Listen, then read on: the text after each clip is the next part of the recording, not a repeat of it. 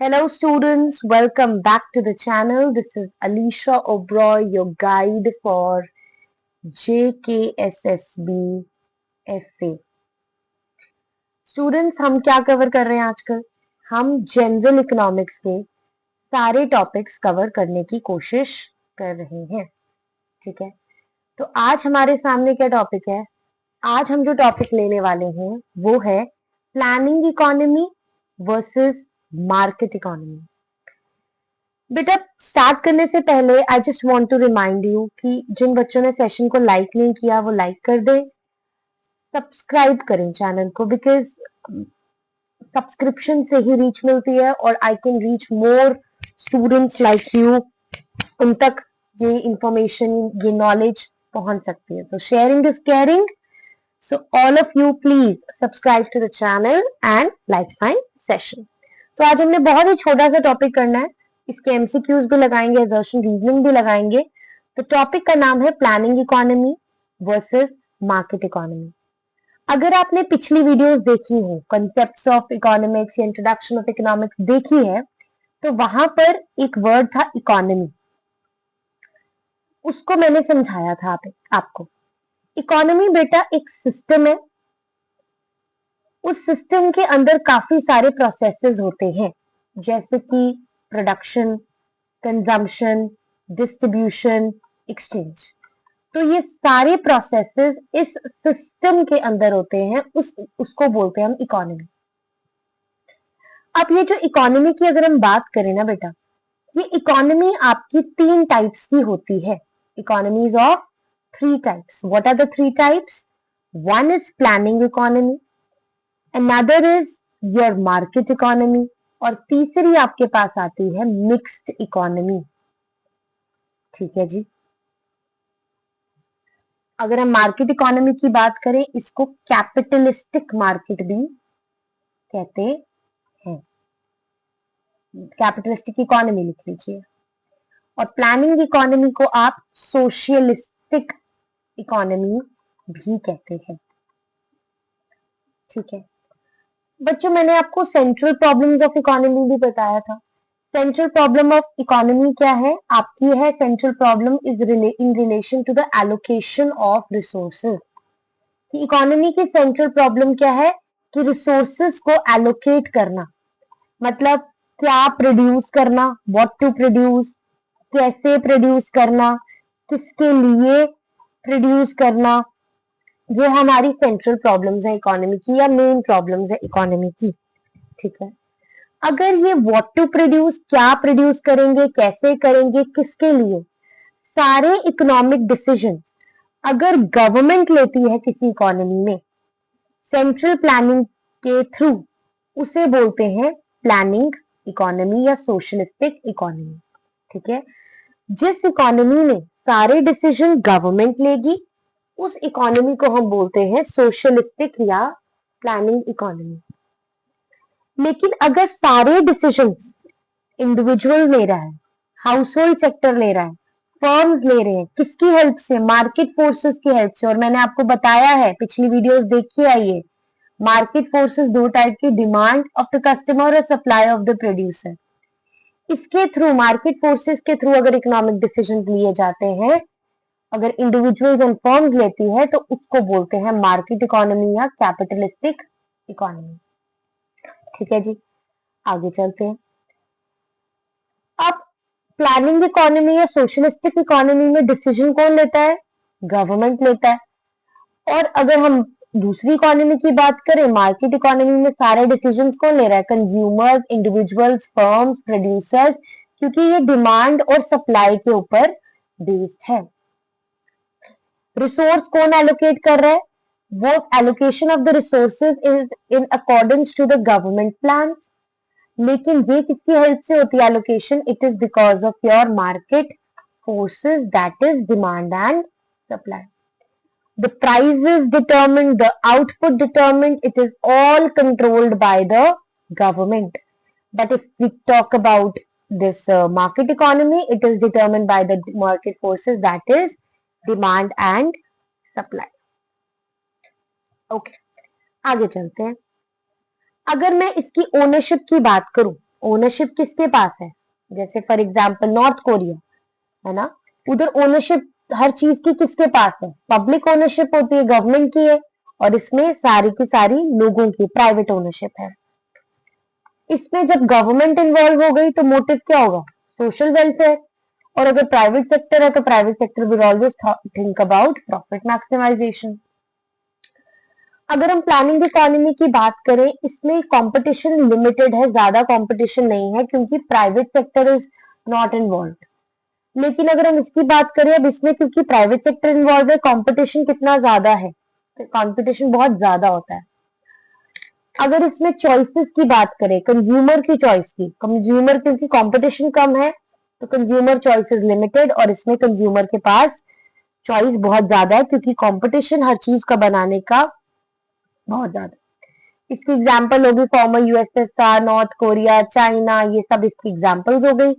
और इसकी यूएसए हो गई कैपिटलिस्टिक इकोनॉमी, सिंगापुर, ये सब कंट्रीज जो सिर्फ प्राइवेट इंडिविजुअल्स चलाते हैं वो किसके अंडर आ गया, कैपिटलिस्टिक इकोनॉमी के अंडर। अगर हम मिक्स्ड इकोनॉमी की बात करें, देखो बच्चे क्वेश्चन आता है कि मैम इंडिया कौन सी इकोनॉमी के अंडर आता है, प्लानिंग या कैपिटलिस्टिक, इंडिया दोनों के अंदर नहीं आता क्योंकि इंडिया आता है मिक्स्ड इकोनॉमी, जो मैंने कहा ना 3 टाइप्स की इकोनॉमी, इंडिया आता है आपका मिक्स्ड इकोनॉमी के अंदर।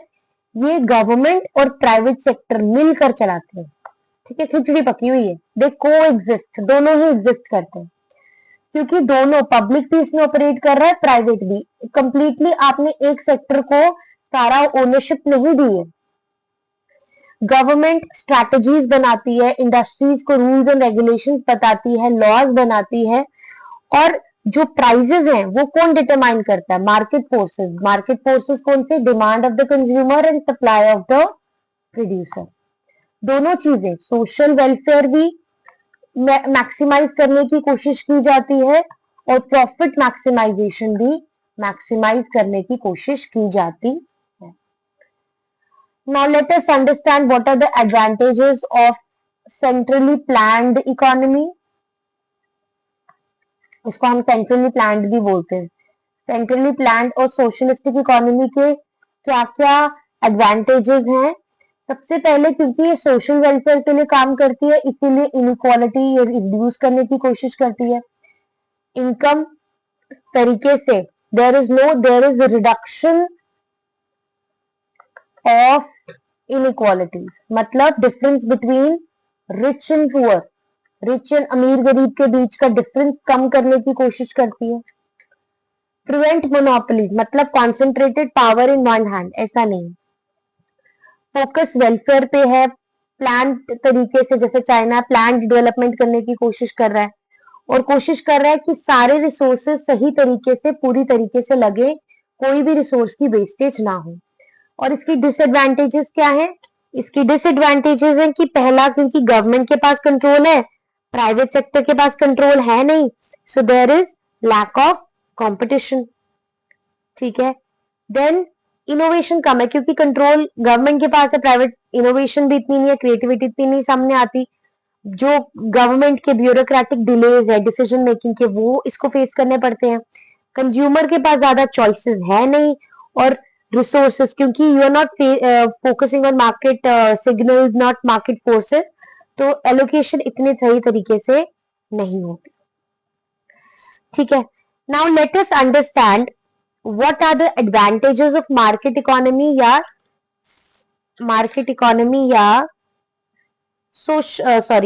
कैपिटलिस्टिक इकोनॉमी, जहां पर सारा कंट्रोल किसके पास है, प्राइवेट इंडिविजुअल के।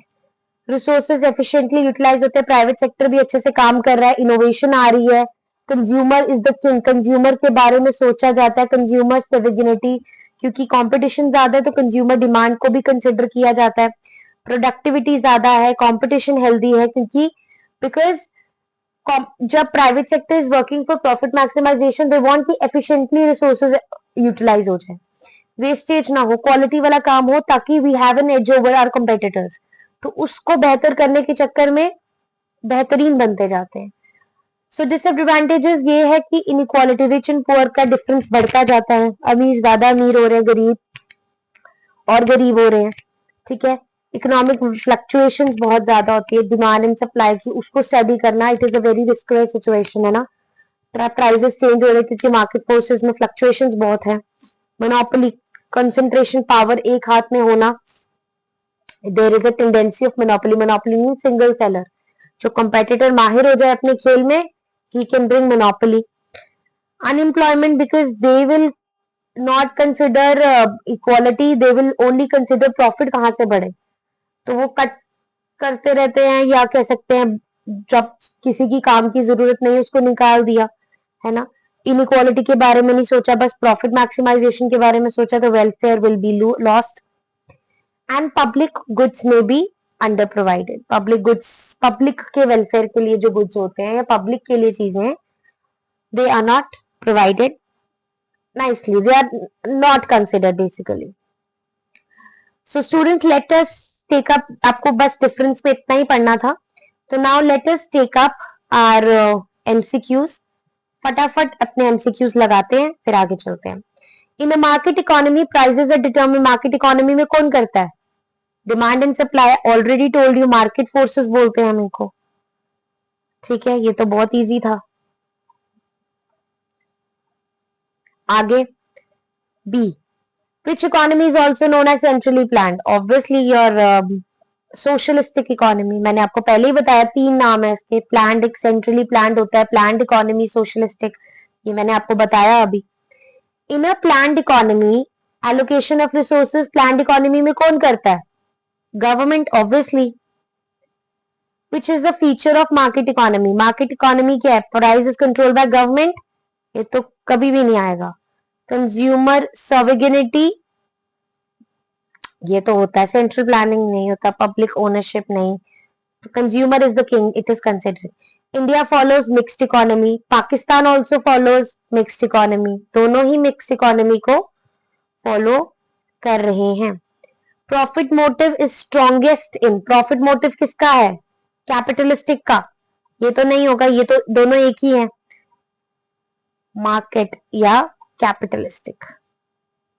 मैं साथ साथ में बच्चों नाम भी बता रही हूँ, पेपर में किसी और नाम से होगा तो ये मत बोलना मैडम ने नहीं करवाया।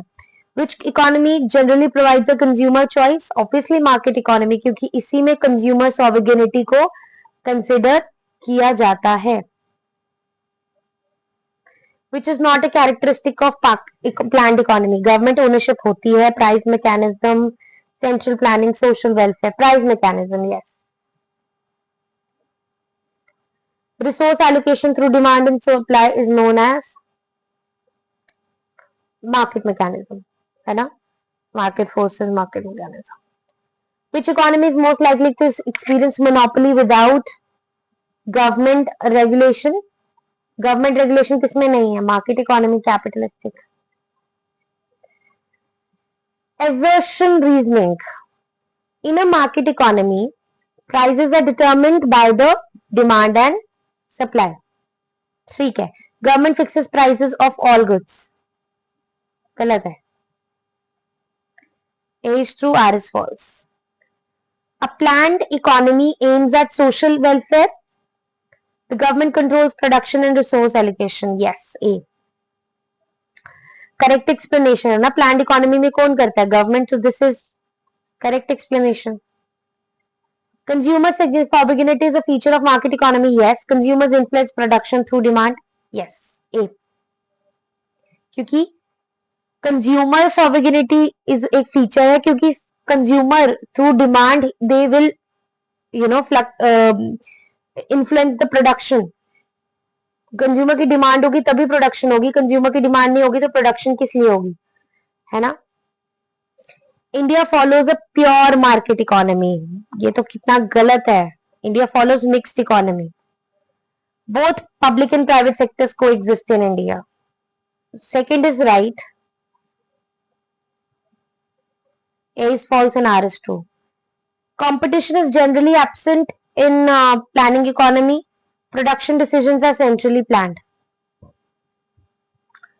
Production decisions are centrally planned. Yes, A. क्योंकि सारी production resource allocation is controlled by the government and competition is absent in that. क्योंकि A की production होगी तो competition क्या होगा. So this is it. I'll bring up more MCQs. Don't worry. तब तक आप रिवाइज करते जाइए, शॉर्ट नोट्स बनाइए और चैनल को लाइक और सब्सक्राइब कीजिए अगर आपको ऐसी और वीडियोस चाहिए तो. So this is the kind of help you are going to do for me. If I am doing so much for you, you have to give it back. है ना? Thank you so much class. We'll keep it till here.